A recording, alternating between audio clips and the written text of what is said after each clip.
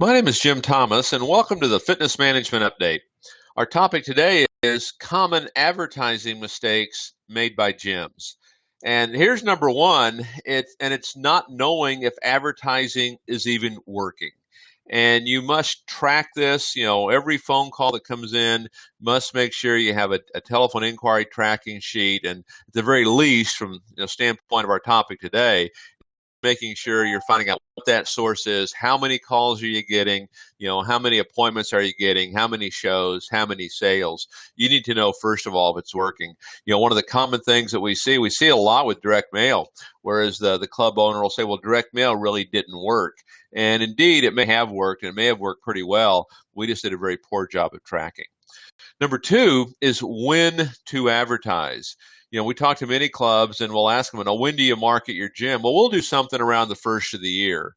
Well, we'll do something, right after the holidays, to kick things off.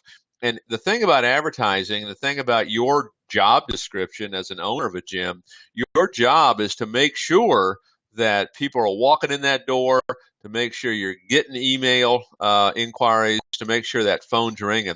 You need to advertise all the time. One of the secrets to this is frequency and consistency of it.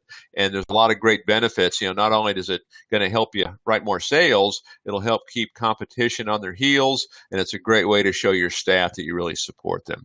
The other mistake that we see is way too much testing. Now, for clubs that are up and going and it's working well, absolutely you want to test. It's part of the program.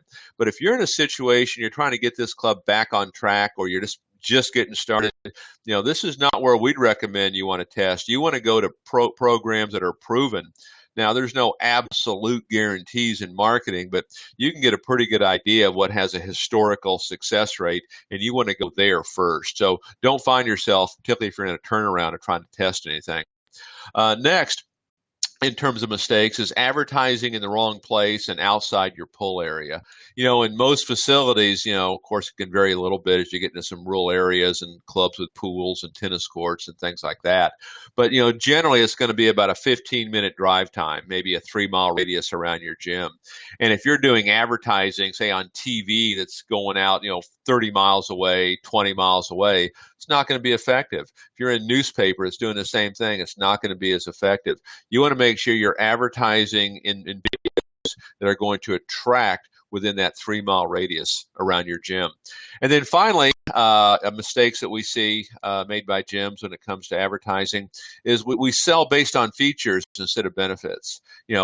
People just don't want to see a long list of all the equipment you have. They want to know, how can they get in swimsuit season? How can Mary get her figure back after having twins? Sell the benefits. Sell the ideas of that powerful why. Don't just sell on club features. My name is Jim Thomas, and this has been the Fitness Management Update.